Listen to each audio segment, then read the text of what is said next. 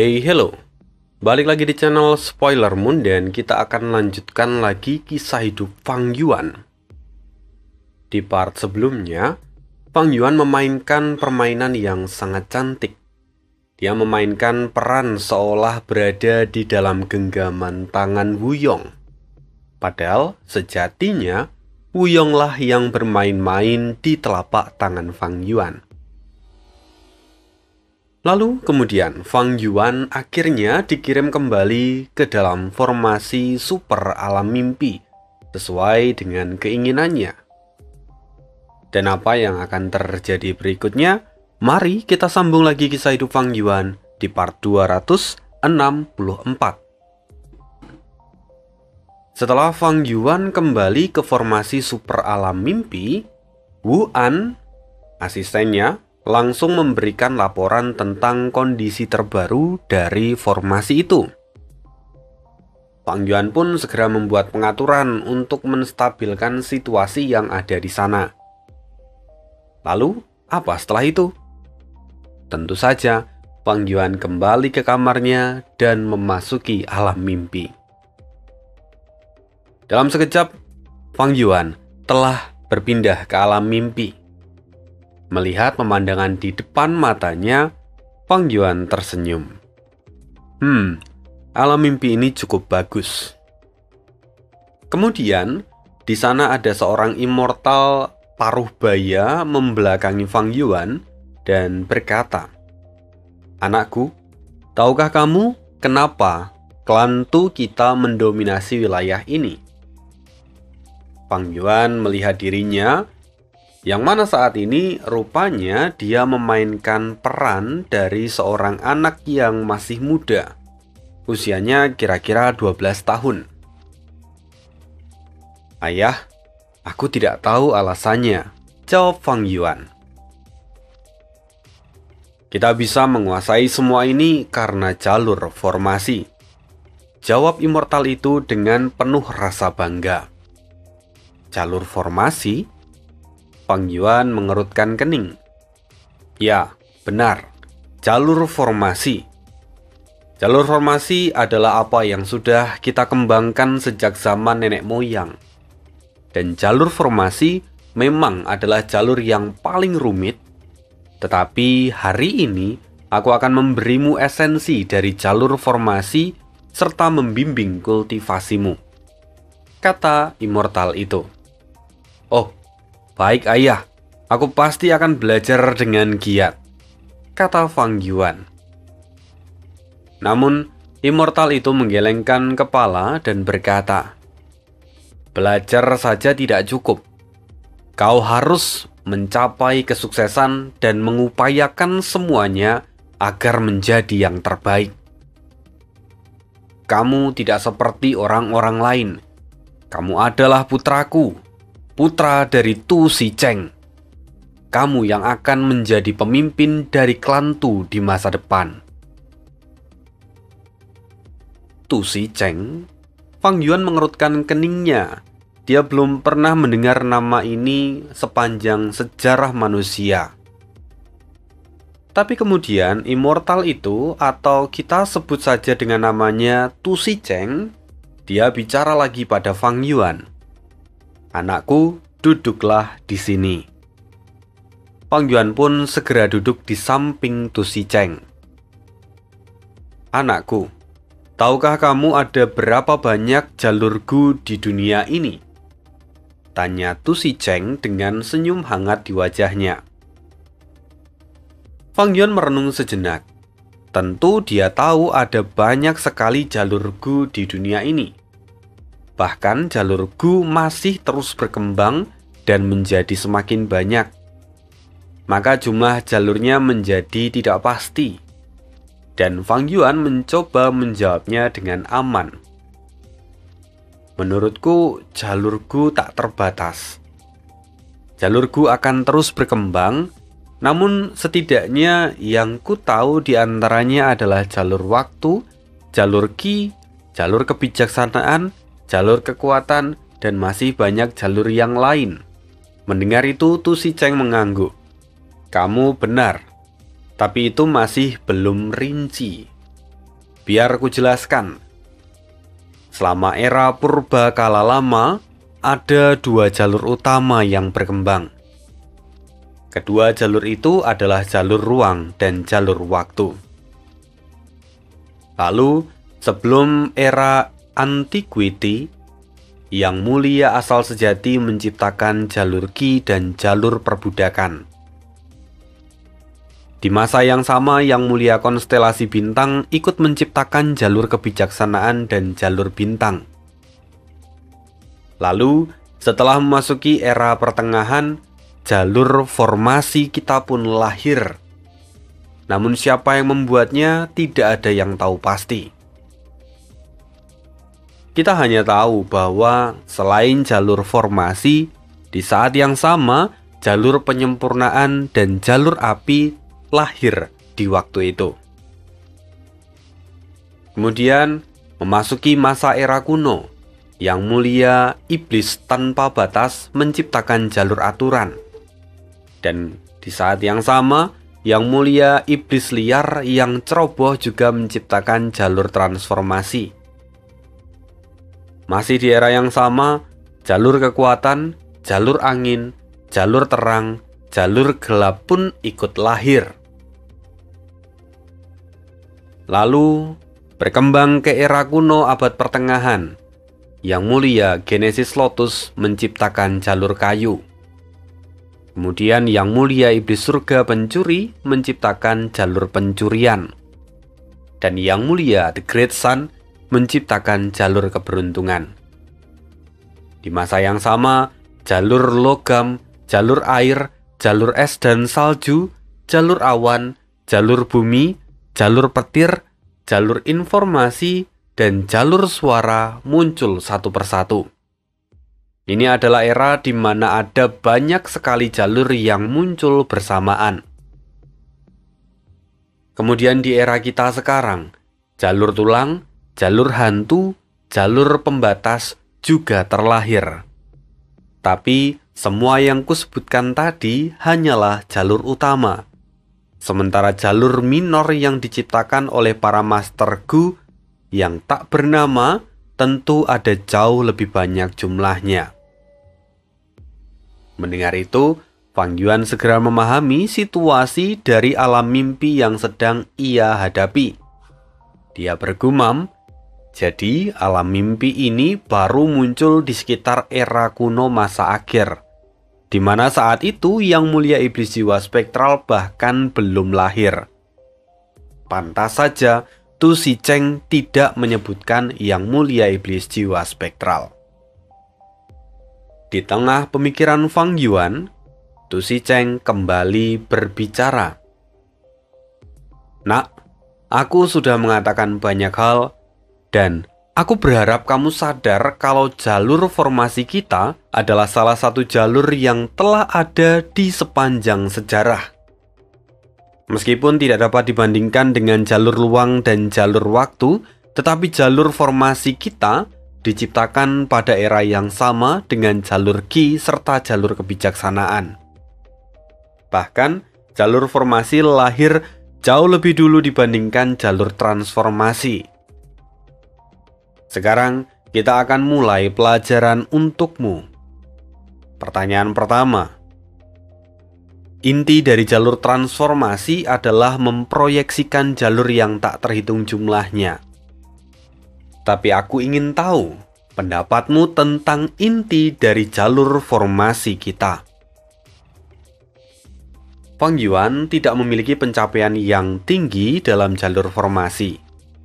Dia masih di tingkat biasa, atau bisa juga disebut pemula. Namun berkat pengalamannya, Fang Yuan menjawab, kalau jalur transformasi memproyeksikan jalur yang tak terhitung jumlahnya, maka jalur formasi adalah jalur yang mengintegrasikan jalur yang tak terhitung jumlahnya. Hahaha, jawaban yang bagus. Jalur formasi memang dapat menghubungkan banyak jalur sekaligus, termasuk jalur ruang dan juga jalur waktu. Kemudian, Jalur-jalur yang lain juga dapat digabungkan untuk mendapatkan hasil terbaik. Karena itu, jalur formasi dikatakan sebagai jalur yang paling kompleks di antara semua jalur yang ada. Menyiapkan sebuah formasi itu sangat sulit, karena kita harus menghubungkan banyak gu dengan efek yang berbeda. Selain itu, kita juga harus memiliki pemahaman terhadap jalur yang lain. Setidaknya kita harus tahu tentang jenis-jenis dari gu dengan sangat baik. Kalau tidak, maka kita tidak akan bisa membuat formasi yang sempurna, kata Tu Zicheng. Fang Yuan pun tampak mengangguk-anggukkan kepala sambil terus mendengarkan. Dia sendiri tahu bahwa apa yang dikatakan Tu Zicheng itu adalah benar. Ini juga menjadi alasan kenapa jalur formasi itu sangat dihargai di dunia Master Gu. Tentu selain jalur kebijaksanaan. Namun secara umum, semua jalur itu memang punya kesulitannya masing-masing. Tetapi jalur formasi adalah jalur yang tingkat kesulitannya paling tinggi. Selain harus memahami karakteristik dari berbagai macam gu, mereka yang mengembangkan jalur formasi juga harus memiliki sumber daya yang besar. Untuk membuat satu formasi, mereka membutuhkan biaya yang tidak sedikit dibandingkan dengan kalau mereka mengembangkan jalur yang lain. Dari dua alasan ini saja sudah cukup menjadi alasan yang kuat kenapa banyak orang yang tidak mau bergelut di dalam jalur formasi. Ya, termasuk Fang Yuan. Di kehidupan pertamanya, Fang Yuan pun tidak memilih jalur formasi karena alasan sumber daya yang dibutuhkan itu sangat besar.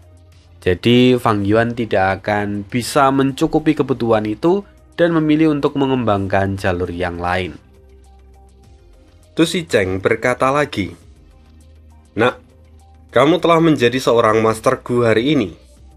Aku akan memberimu gu pertamamu." Kemudian Tu Zicheng perlahan membuka telapak tangannya. Di sana terlihat sebuah gu kecil yang tampak bergerak-gerak. Wujudnya seperti ladybug. Ini adalah gu peringkat 1. Tu Zicheng kemudian berkata, "Ini adalah gu hati peringkat 1. Sempurnakanlah." Fang Yuan pun mengikuti permintaan Tu Zicheng, lalu kemudian memperbaiki gu hati itu agar menjadi miliknya. Setelah diperbaiki oleh Fang Yuan, gu hati sangat gembira dan langsung terbang ke pundak Fang Yuan. Tapi meski begitu, gu hati sejujurnya tidak terlalu berguna. Dia hanyalah gu umum yang biasa digunakan sebagai dasar dari sebuah formasi sederhana. Tapi bagi seorang ahli yang mengembangkan jalur formasi, mereka adalah dasar dari segalanya. Karena itu, Tu Zicheng tampak sangat bersemangat. Dia berkata, "Baiklah, ayo mainkan game."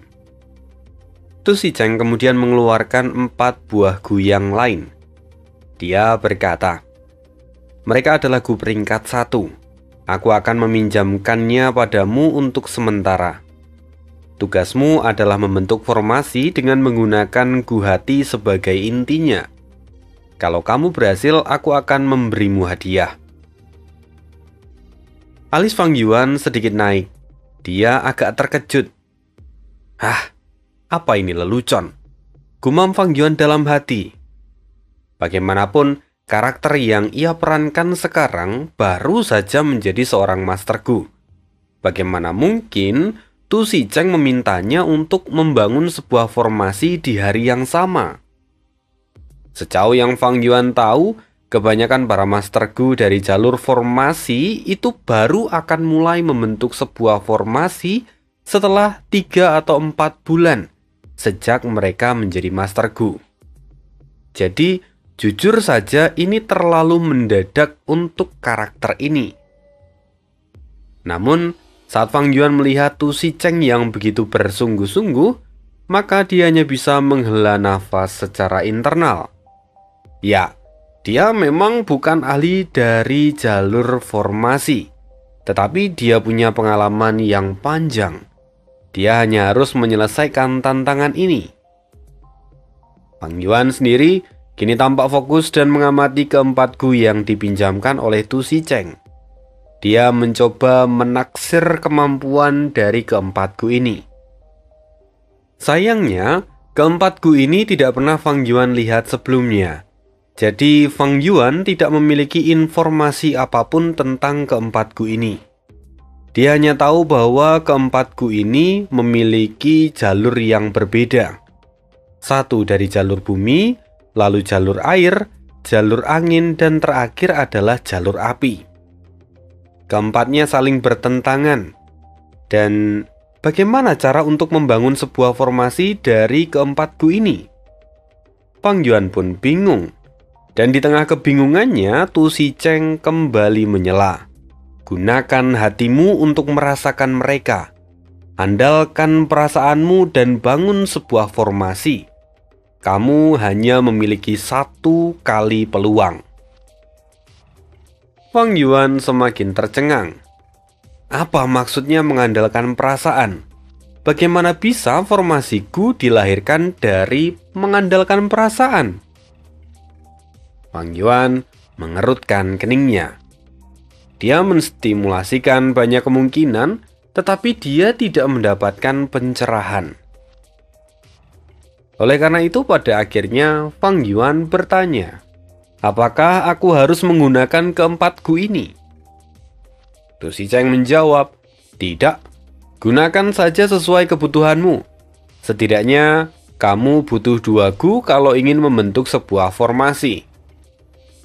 Mendengar itu, Fang Yuan jujur tanpa masam. Dalam hati dia berkata, aku tidak tahu jenis gu ini. Haruskah aku menyerah di sini? Atau haruskah aku menggunakan gerakan pembunuh mengurai mimpi? Fang Yuan berpikir, tapi seolah tidak memberi banyak waktu, Tu Zicheng berkata lagi, jangan terlalu banyak berpikir. Kamu cukup mengandalkan perasaanmu. Cobalah, aku akan memberimu waktu selama 3 tarikan nafas. 3 tarikan nafas? Fang Yuan kembali dibuat tercengang. Fang Yuan dengan segera menyerah. Ini baru babak pertama dari alam mimpi ini. Jadi kalaupun dia gagal, sejujurnya tidak terlalu bermasalah. Selain itu, kalau dia menggunakan mengurai mimpi juga terlalu boros. Lupakan. Ini hanyalah babak pertama.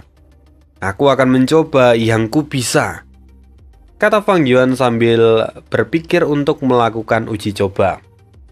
Dia pun akhirnya menyusun gu hati, lalu menambahkan gu dari jalur api dan jalur angin. Ketiga gu itu saling terhubung dan berputar-putar. Sayangnya ekspresi Tu Zicheng tampak masam dan berkata, kau gagal, kau terlalu bergantung pada pikiranmu. Dan benar saja, setelah Tu Zicheng mengatakan itu, rangkaian formasi yang Fang Yuan buat runtuh seketika. Dan Fang Yuan dilempar keluar dari alam mimpi. Begitu dia bangun, Fang Yuan muntah darah. Wajahnya pun tampak pucat. Namun, ini bukan masalah. Fang Yuan memiliki gu nyali, jadi meskipun jiwanya terluka, dia dapat menyembuhkannya dengan cepat. Meskipun kali ini gagal, tapi Fang Yuan tampak puas. Saat ini aku seharusnya menjadi orang pertama yang menjelajahi alam mimpi. Bahkan sisa-sisa dari pasukan sekte bayangan tidak akan bisa mengejar kecepatanku. Fang Yuan sangat percaya diri karena saat ini dia memiliki 2 kartu as yang menjadi andalannya. Dia menggunakan kedua kartu as ini untuk mensupport dia di dalam menjelajahi alam mimpi. Kartu yang pertama jelas adalah gu nyali yang bisa ia gunakan untuk menyembuhkan luka pada jiwanya. Kemudian yang kedua adalah gerakan pembunuh mengurai mimpi. Karena dengan gerakan pembunuh ini, maka Fang Yuan dapat menyelesaikan alam mimpi lebih cepat daripada orang lain. Namun, kali ini, dia tidak langsung kembali ke alam mimpi. Fang Yuan saat ini malah memasuki toko kuning. Dia berpikir untuk mengumpulkan informasi serta Gu untuk melakukan uji coba. Setelah beberapa waktu, Fang Yuan menemukan sebuah titik terang. Ada beberapa informasi yang menyebutkan tentang konsep jalur formasi dari era kuno masa akhir yang saat ini masih berlaku. Konsep itu menyatakan kalau 4 elemen dasar, bumi, air, angin, dan api, dapat membuat formasi Gu menjadi stabil. Itu adalah formasi paling dasar dan inklusif pada masa itu. Namun, konsep ini memang tidak bertahan lama karena konsep-konsep berikutnya terlahir, sehingga konsep ini pun pada akhirnya tersingkirkan. Bagi Fang Yuan ini adalah informasi yang berharga, di mana di sini informasi itu cukup untuk memberi Fang Yuan cara yang paling tepat dalam menyelesaikan babak pertama dari alam mimpi yang ia datangi sebelumnya. Jadi aku harus menggunakan semua Gu itu dan membuat formasi yang utuh, gumam Fang Yuan. Hah, sialan. Aku tidak menyangka kalau Tu Shicheng benar-benar menipuku. Dia mengatakan bahwa aku setidaknya harus menggunakan 2 Gu Fana. Kupikir 2 saja cukup, tapi rupanya aku harus menggunakan semuanya. Fang Yuan saat ini jatuh dalam pikirannya yang mendalam. Meskipun saat ini dia masih tidak tahu bagaimana cara untuk membuat formasi yang efektif dari keempat Gu itu. Dan sayangnya, di dalam pengumpulan Gu tidak semulus saat Fang Yuan mencoba mengumpulkan informasi. Gu yang ada di dalam alam mimpinya tidak bisa ia temui di toko kuning. Bahkan, Fang Yuan berpikir bahwa ada kemungkinan kalau Gu itu sudah punah. Maka Fang Yuan tidak bisa melakukan uji coba sebelum kembali ke alam mimpi. Satu-satunya cara kalau Fang Yuan ingin menyelesaikan alam mimpi ini adalah dengan kembali ke alam mimpi dan mencoba membuat formasi di sana secara langsung. Fang Yuan tidak punya pilihan lain dan akhirnya dia pun kembali ke alam mimpi. Dia lagi-lagi harus meminum pil pahit pada percobaan kedua, ketiga, bahkan keenam. Semuanya gagal. Untungnya, pada percobaan ketujuh, Fang Yuan berhasil menyelesaikan formasi yang diminta oleh Tu Shicheng. Hebat putraku. Kamu memang benar-benar putraku. Kamu memiliki bakat alami dalam jalur formasi, kata Tu Shicheng sambil tertawa keras dan memuji Fang Yuan. Dia terlihat sangat gembira atas keberhasilan Fang Yuan. Sementara itu, Fang Yuan hanya bisa tertawa kering karena nyatanya apa yang terjadi saat ini adalah upaya yang ketujuh. Fang Yuan telah menelan pil pahit sebanyak 6 kali. Jadi, bagaimana bisa itu disebut sebagai bakat alami dalam jalur formasi? Ya, apapun itu. Yang penting sekarang Fang Yuan telah menyelesaikan babak pertama. Dan kemudian visinya mulai berubah. Fang Yuan memasuki babak kedua. Kali ini, Fang Yuan bisa merasakan bahwa jalur formasinya telah mengalami peningkatan. Ini adalah sesuatu yang baik.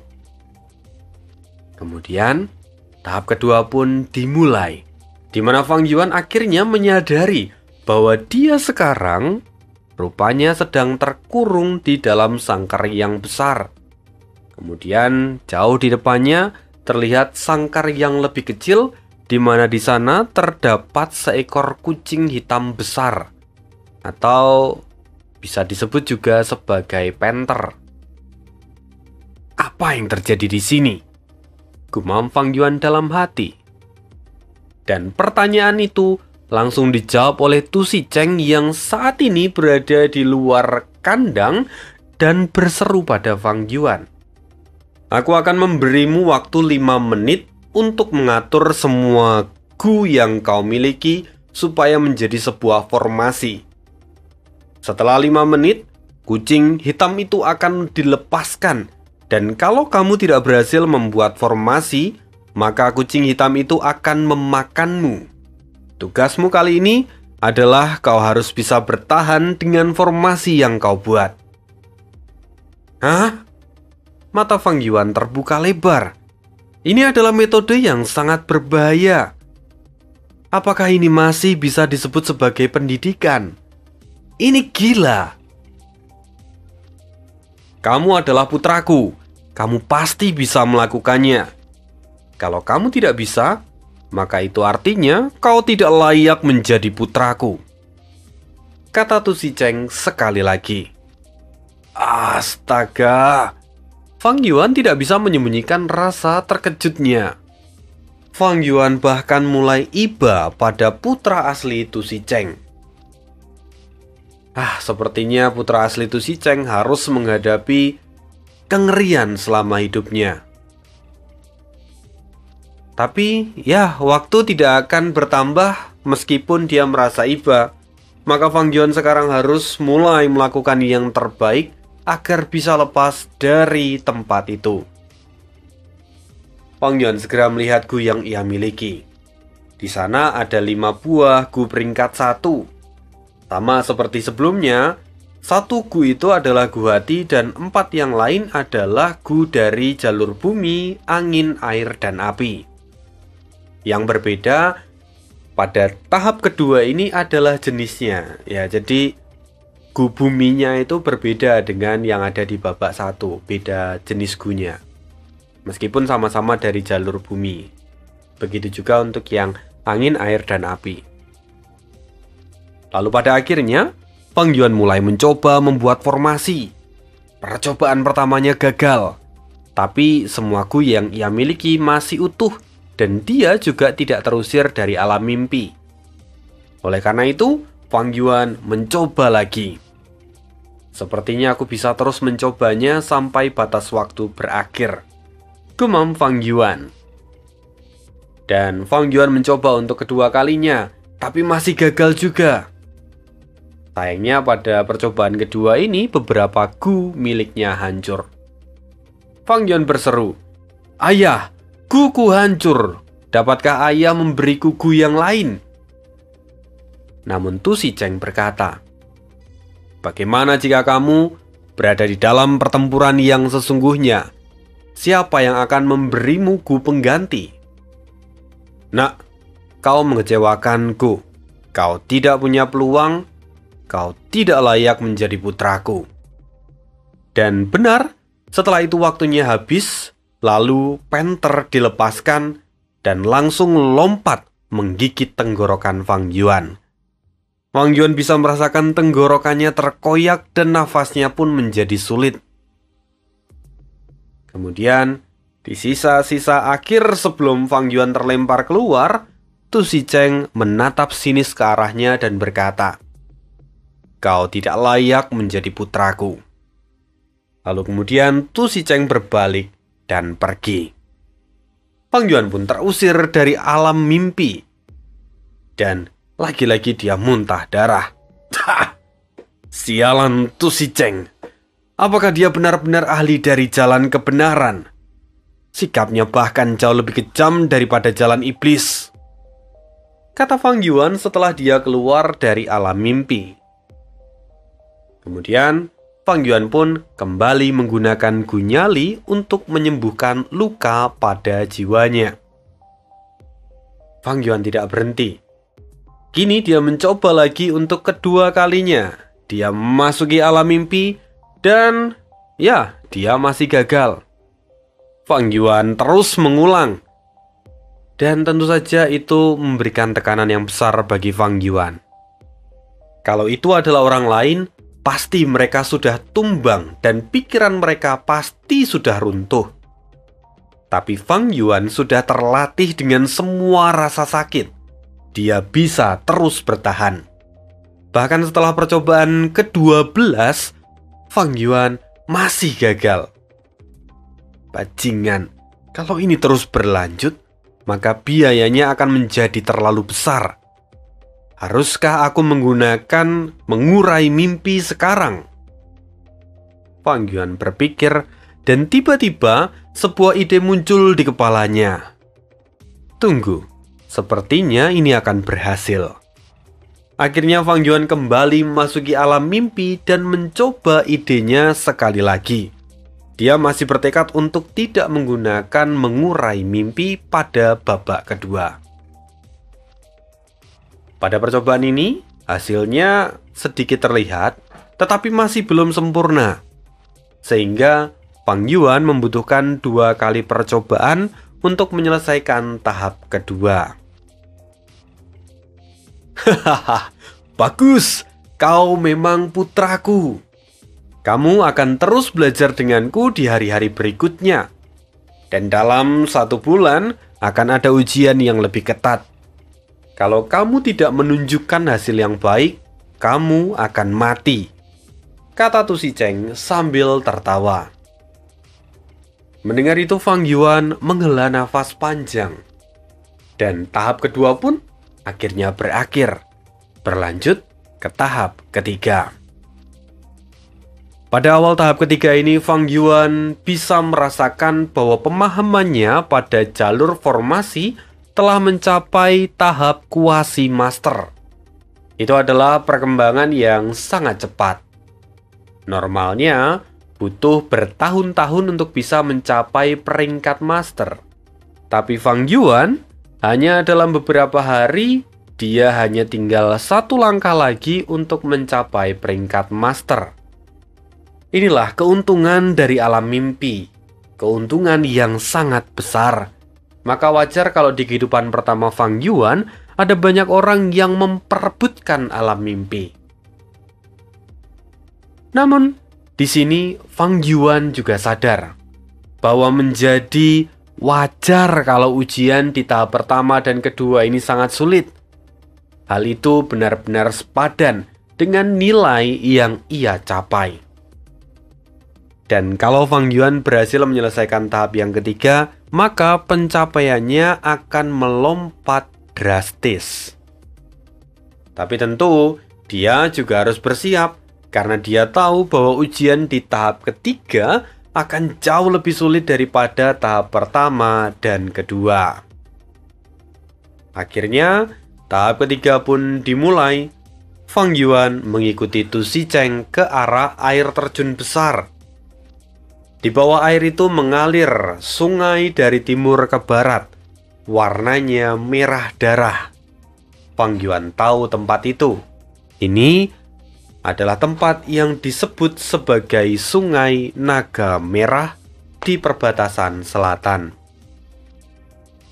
Begitu tiba di sana, Fang Yuan langsung punya firasat yang buruk. Dan kemudian terdengar suara Tu Zicheng. Aku sudah meminjamimu gu milikku. Sekarang semua akan bergantung padamu.